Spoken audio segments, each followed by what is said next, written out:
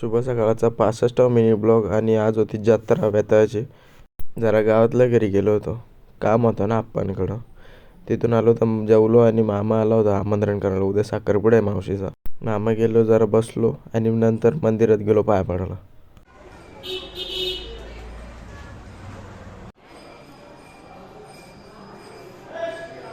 पाया पडून त्याला जेवलो आणि मग गेलो वेताळाच्या जत्रेत. तर पालखी निघली होती तोपर्यंत.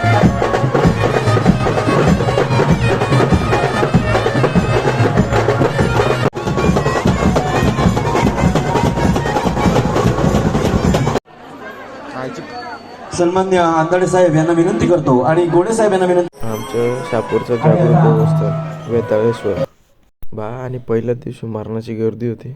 उद्या किती होते काय माहित, पण उद्या मॅच आहे ना, ते याचा काय चालू आहे बघा. तुझा वय काय नाही सांगितलं त्यांना माहिती. तू काय ब्लॉग बनवू नको लगेच.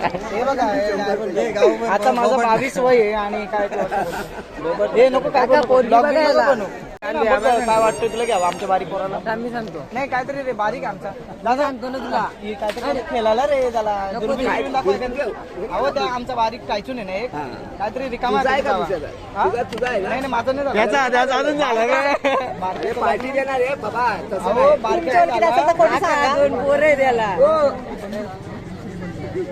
किती 120 एवढी बस काय झाले का? अरे आमच्या बारक्या पोरला काय दुसरं घे वाटलं सांग. दिसतो कडे दुर्बीन येते का फोटो काढायला? हे लांबचं जवळ दिसणार थोडं. कौन है ये लोग,